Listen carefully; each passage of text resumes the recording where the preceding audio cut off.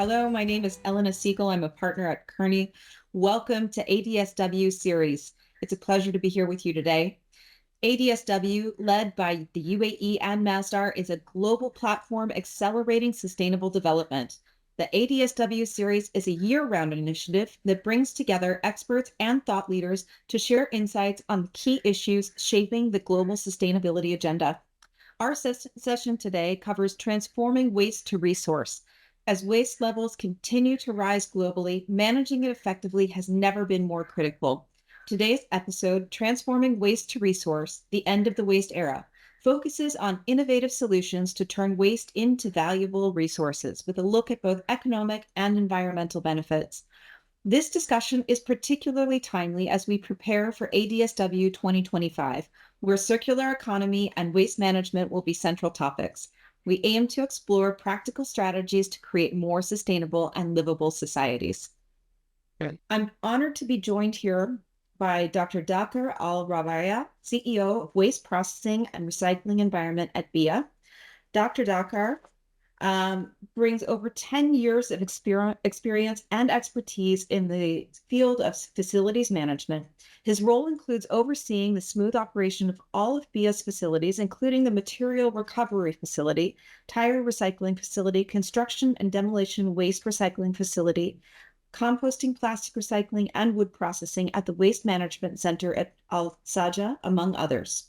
I'm also joined today by Mr. Salman Dawood Abdullah, the Executive Vice President at EGA, responsible for health, safety, sustainability, environment, fire and rescue, quality, and business transformation. And it's a role he's been holding since 2016.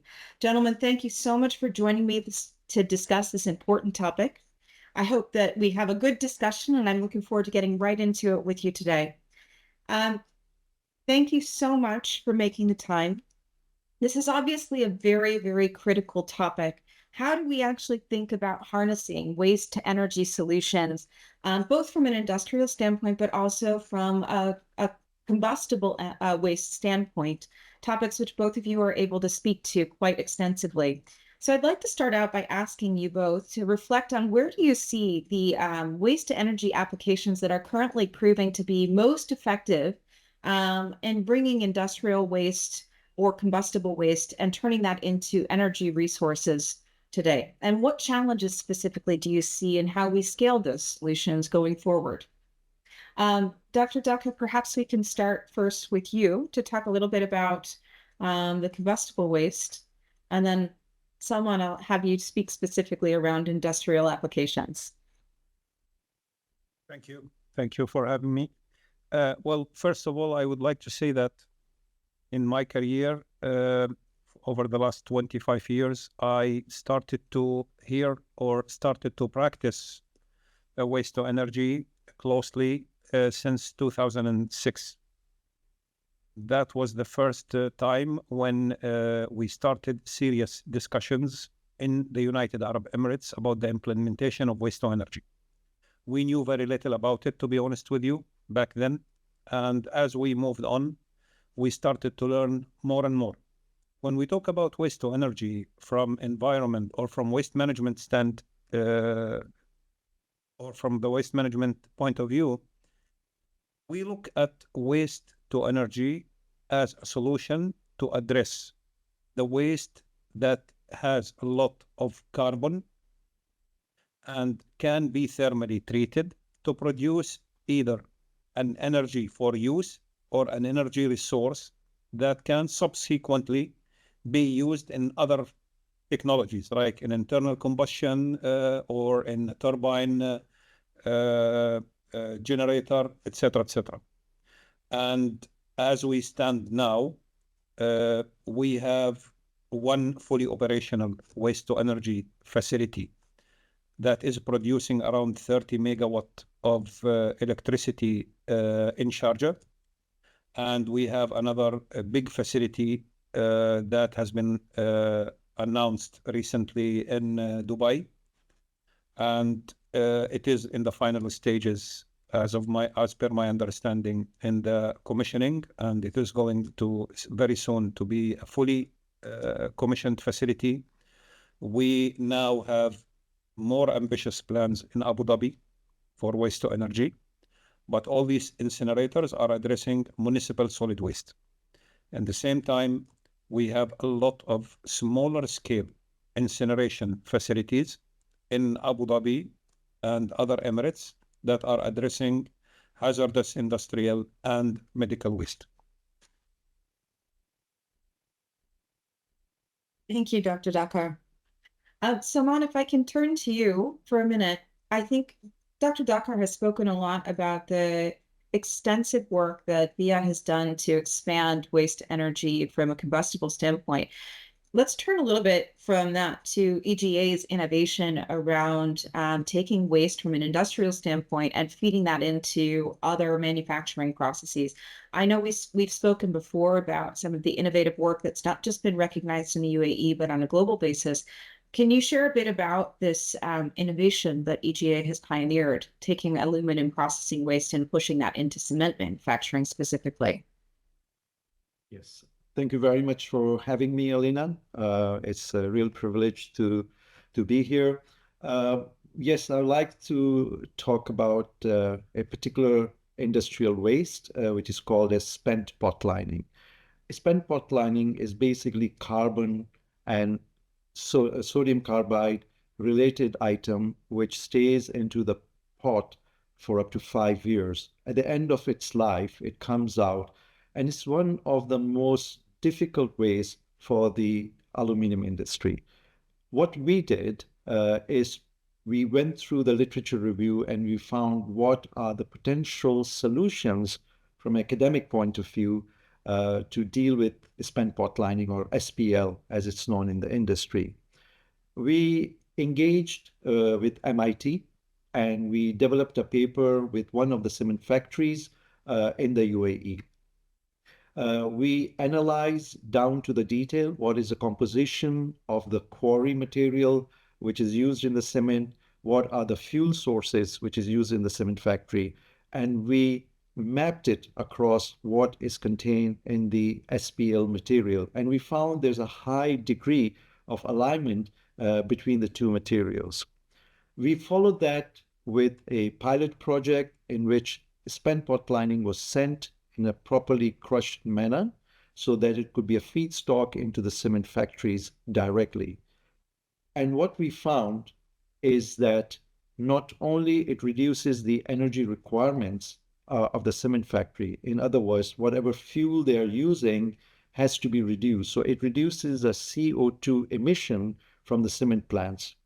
In addition to that, we also found that this material, which has got silicon carbide in it, mimics very well with the quarry material which is being extracted from the mountains. So it was truly a breakthrough technology. It's not that people were not academically aware of it, but we demonstrated on commercial scale that not only it takes care of the waste material coming out from the aluminum industry, which has been traditionally a challenge for all the primary aluminum producers, but it also helps another hard to abate industry like cement, where the CO2 level comes down, the nitrate levels come down, and the carbon footprints and the quarry, the virgin quarry material which they require to produce a cement, that also comes down. The scale of impact of that is quite significant. I'm curious now to turn a little bit to talk about the economics of what you've done in the innovation. And I think this is something, Dr. Daker, that you can also talk about within the context of your business. But the economics and the economies of scale that you can achieve with that kind of innovation, reducing reliance on virgin feedstock inputs, lowering energy requirements. I would imagine that makes this an innovation that becomes something that could be adopted on a broader scale outside of the UAE and outside of EGA's work. So could you talk a little bit around some of the economics of this, and I think how this can help to facilitate adoption? And I think Dr. Daker, I know as an economist with an economics background, this is something you can also speak to. And this is one of the barriers to adoption of many of these waste to resource innovations and technologies is actually the economics of it often in the beginning don't work very well. So companies or government bodies or waste facilities are hesitant to adopt these innovations because the scale doesn't quite make sense. So maybe Salman, if you could talk first just a little bit about what you've Sure. found in the economics of it, and then Dr. Doctor, it would be great to hear your perspectives on this also. Yeah, so the first challenge is to convince to take somebody's waste into your production stream, and immediately uh, at the operation team, there's a lot of concern that I'm instead of taking virgin, brand new material, I'm taking somebody else's waste. So yes, it has all the ingredients I need, but it's got other elements. So there's a lot which is required in a circular economy context. The first step is the awareness by the end user that they can, yes, use somebody else's waste as a feedstock into into their processes. So that's the first hurdle which we found. The second hurdle is, of course, the economics one. So what do we charge for it, or what do the receiving company pays for it? So we found that in order to avoid landfills, in order to avoid the costs associated with it, if this waste could be in a circular economy and going to another one, so even if you give it away, you're not, if you're expecting to make a profit out of it, the whole discussion, the whole circular economy comes to a standstill. But if you think from a circular economy point of view that this you are giving away and avoiding landfills and avoiding the filling, then you can give it away at a very low commercial rate. And that, of course, has a huge commercial benefit for the receiving organization as well. So that's my take on that, that how the industries, both from which the waste is coming out and the receiving one, has to have a different mind frame from the economics point of view and have to have the courage to go and try out these materials in their processes. Thank you, Salman. Dr. Decker, your thoughts on this? Yeah, well, you need to allow me to be a little bit boring for the next few minutes because I have to justify being an economist. So the first point is we have to put waste to energy into context. Waste to energy is an alternative, it's not a must. So we are trying to find a way out of a trouble that we created for ourselves, and we find many alternatives, let's say ideally, and one of these alternatives is waste to energy. This is the first point. The second point, if you deal with waste to energy as an alternative, then you have to be fair. When I build a business plan for a waste to energy facility, I include social, environmental, economic, financial, banking, all the type of costs, all of them. And I present them to government entities, environmental organizations, and banking institutions.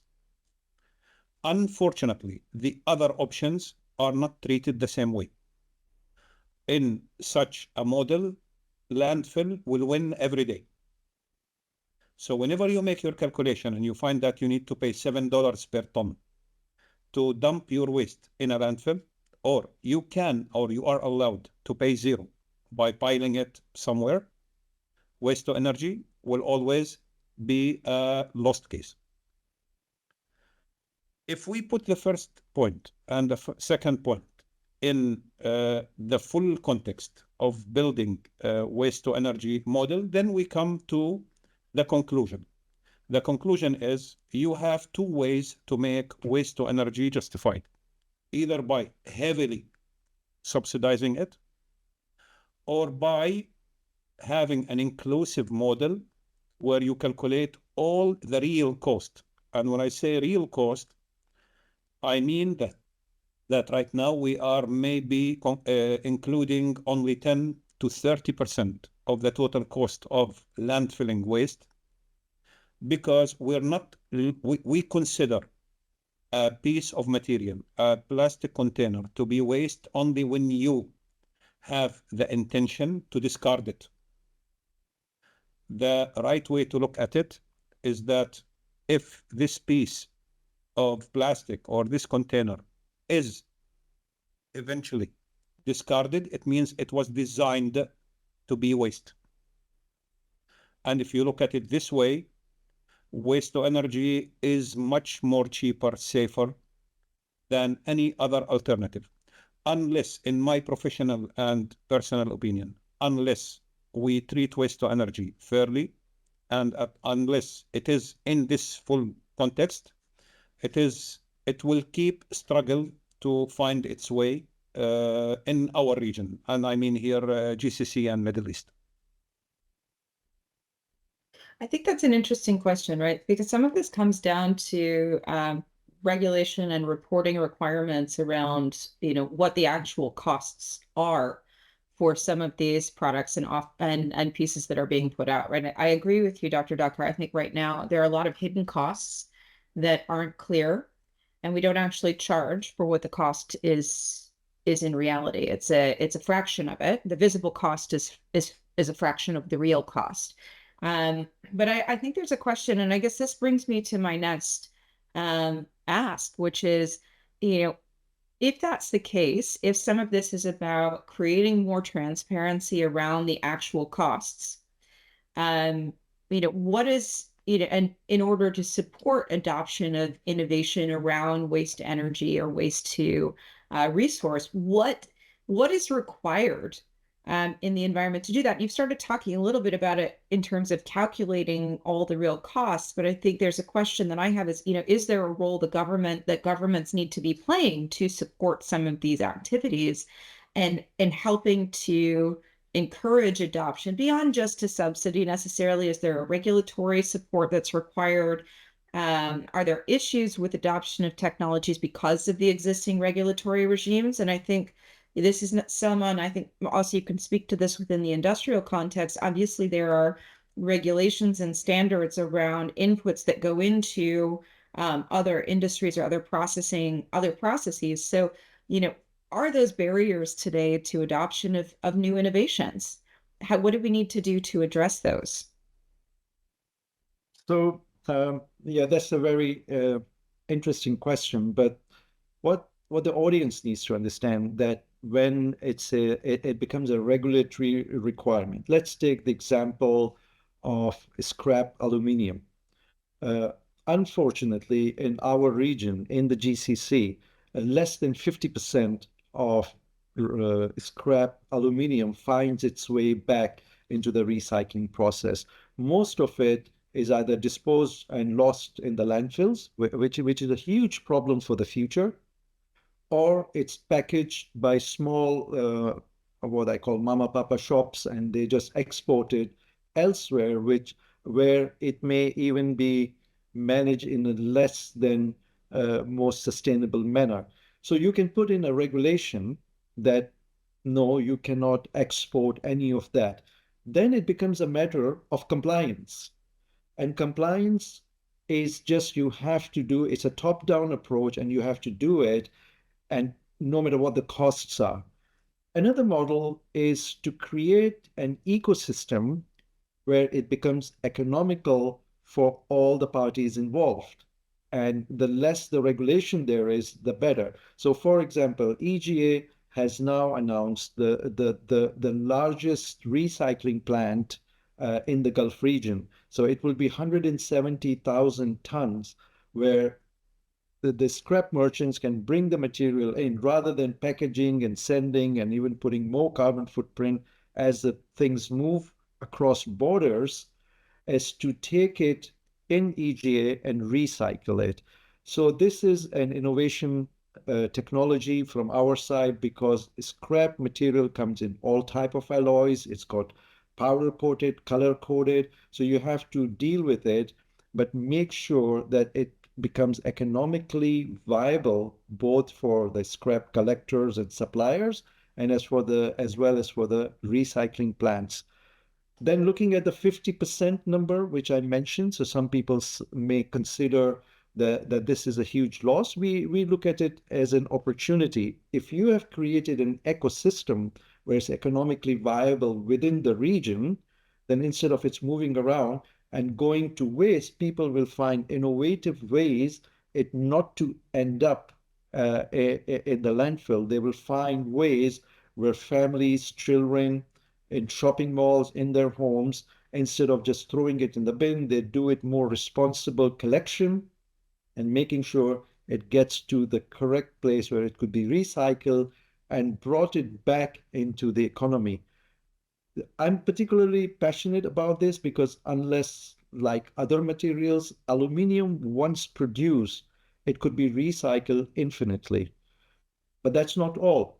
To produce primary aluminum need a lot of energy, whereas to recycle aluminum, which has been collected, it only needs 5% of the energy compared to that which is required for producing primary aluminum. So big organizations like EGA should take this step forward and make sure that they develop an ecosystem where people are incentivized and that we don't need to go to a place where a regulation has to be introduced and people are then have to do that for the purpose of compliance. So that's my 2 cents on that.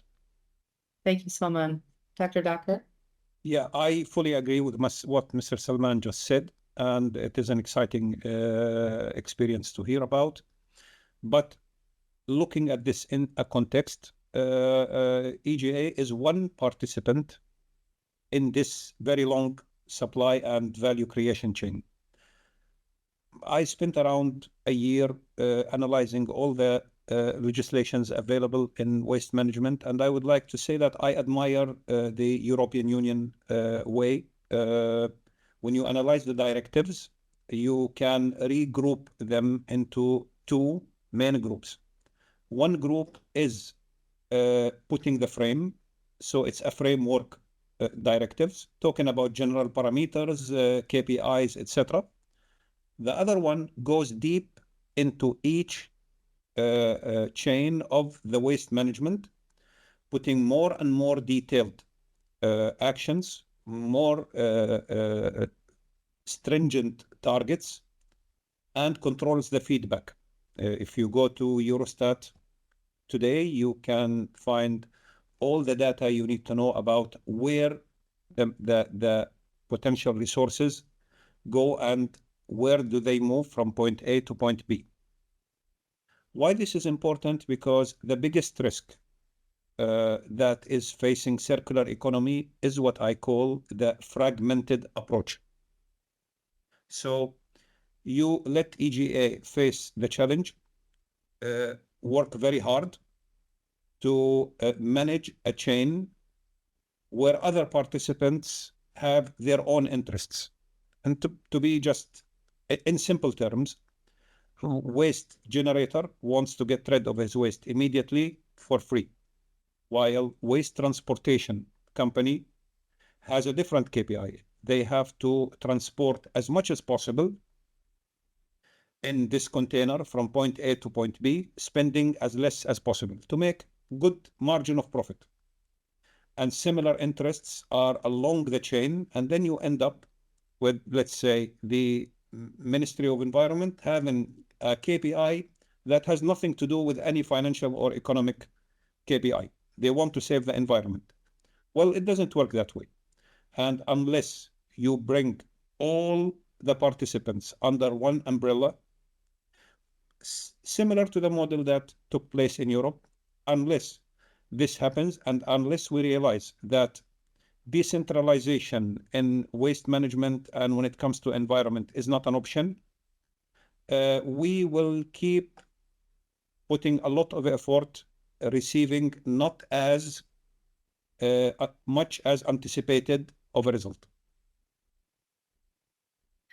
Thank you, Dr. Dakkar. I'd like to actually ask you both your perspectives. So we've talked about kind of the ecosystem around it, but what role do the industry leaders have to play within that ecosystem to help drive this forward, right? It is a system, as you've said, all the players need to be working together. So where should the industry leaders be playing to help support this shift, to help overcome the challenges that exist today?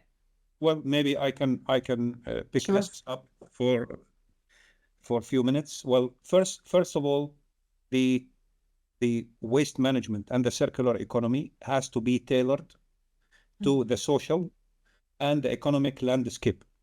Copy-paste will never work, in my opinion. For example, in Sharjah, it was decided to create a PPP model where private sector is coupled with government by forming a company. The municipality has shares in this company, but the municipality doesn't manage. The management happens by the private sector.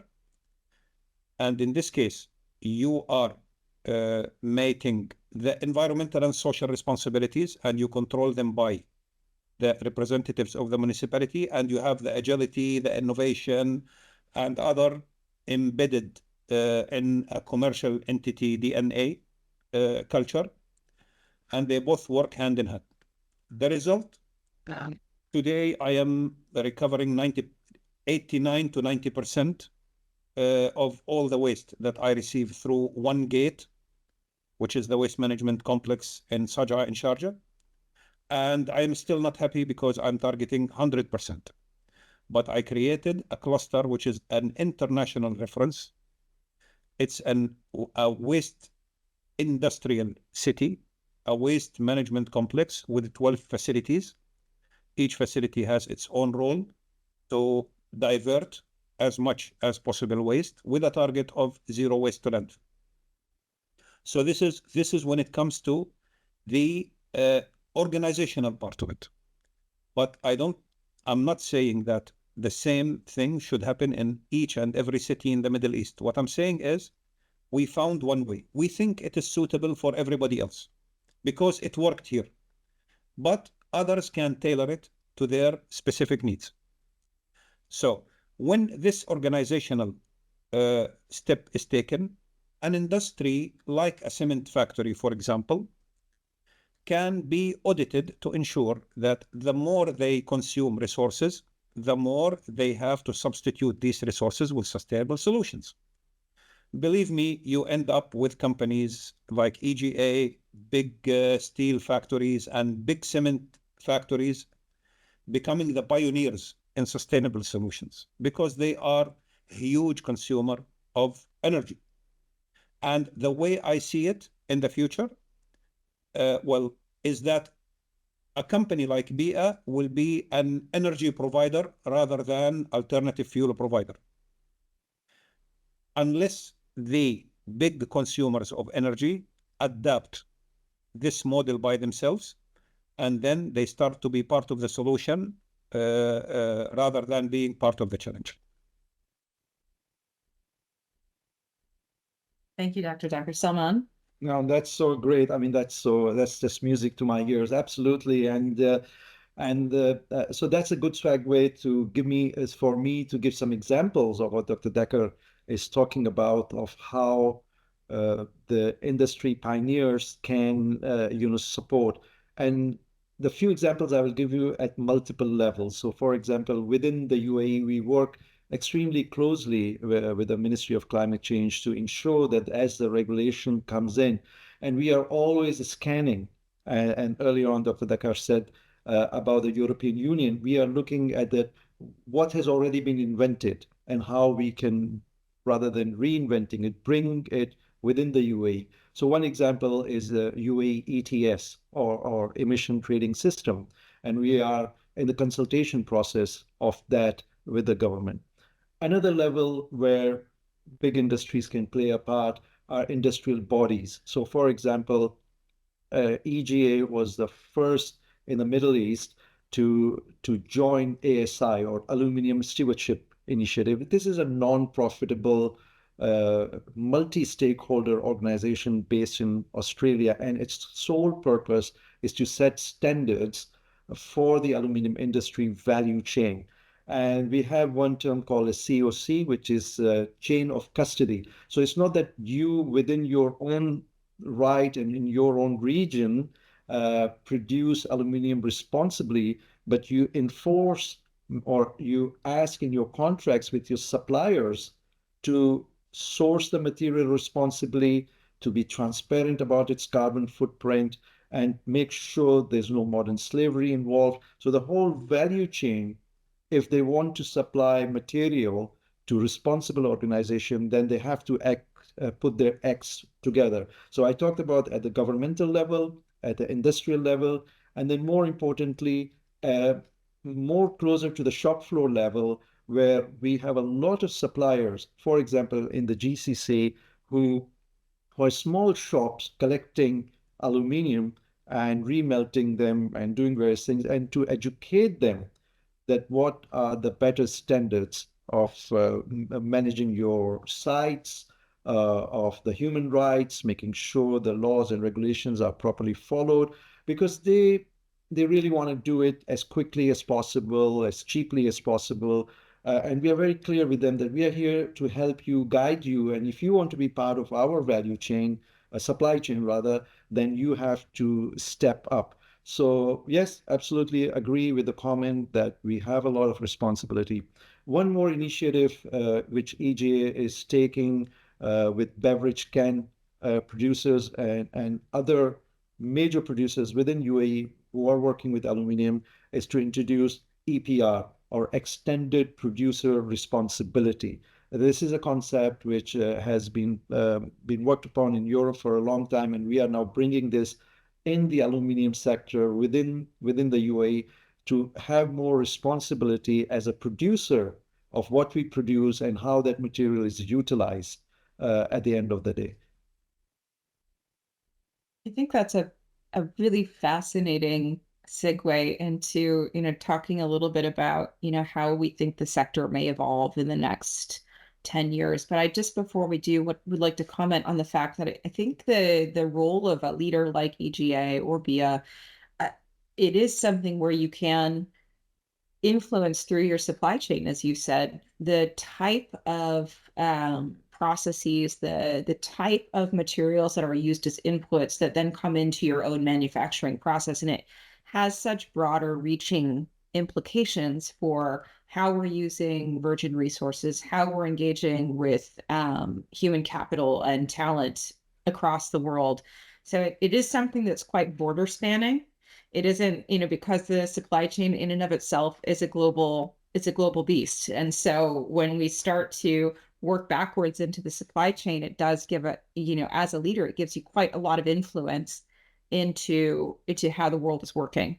And I think it's an exciting opportunity to continue to improve things outside of just the output. But I also have to say, this extended producer responsibility program, that your initiative that you're talking about, is also very exciting, because now you're talking about bringing it forward into how your products are being used down the line, which is, I think, also the connection points are quite interesting for broader change. Well, when we talk about BEEAH experience, I also have to refer to the fact that we already reshaped a lot of the of the supply and value creation chain for Sharjah, and I think in the UAE as well. So when you look at the construction business, for example, it is becoming now in Sharjah Emirate a norm for consultants and contractors to come and search for recycled aggregates, road base and sub base first, before referring to the virgin material, because it is more expensive, it is further located, while you have it nearby. When you talk about a milestone when BEEAH sent zero hazardous and industrial waste to landfill in the year 2024. Having this said, I have to say that we received more than 50,000 tons of such waste. When you say that this type of waste becomes a normal feed for other processes, other industrial processes in other, not only in Sharjah, but in other Emirates, this is a milestone that we are very proud of. When you say that when you mention that we have supplied so far more than 80,000 tons of alternative fuels to cement factories and other industries that require intensive energy resource for their boilers, I think this is a great achievement that can be copied elsewhere. I'm not mentioning things like steel scrap, paper, used cartons, printing presses now embedded in their model, apart when their waste is diverted to BEEAH and BEEAH converts it 100% to resources that go back to paper mills.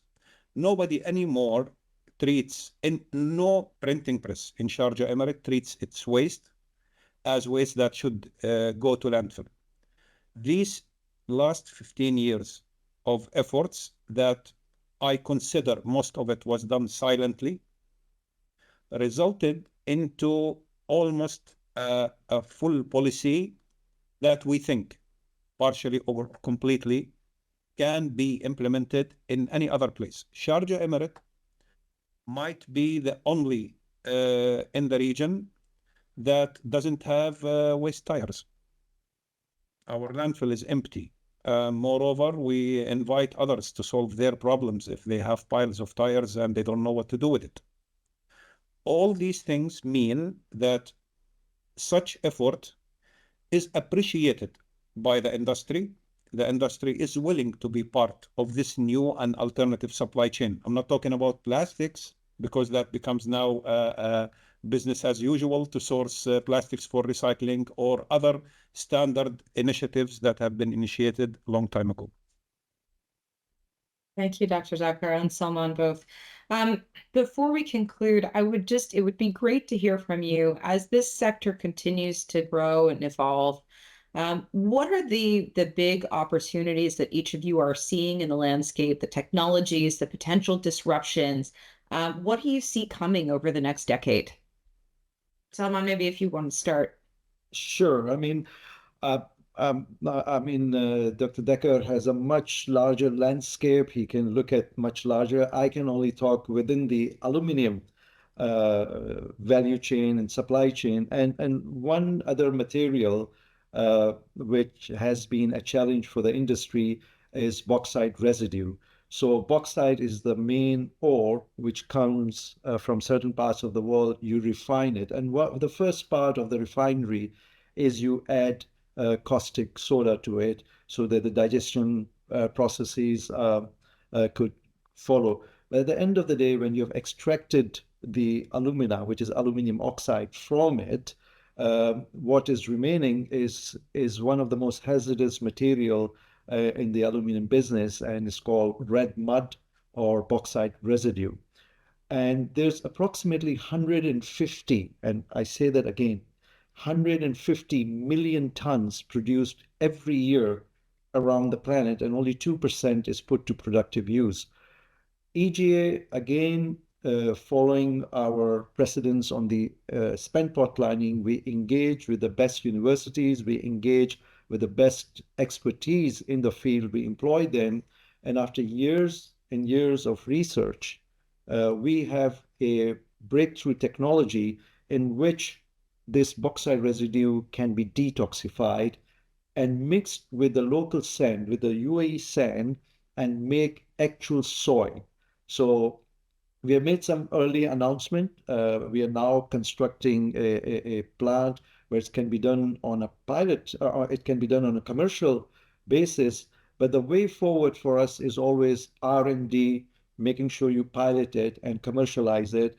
Very soon you will hear that we at EGA can manufacture soil within the UAE. So instead of importing a lot of soil, we can replace some of that with locally manufactured soil, which is made to the specifications. We have already grown plants in it. We have already brought vegetables on it.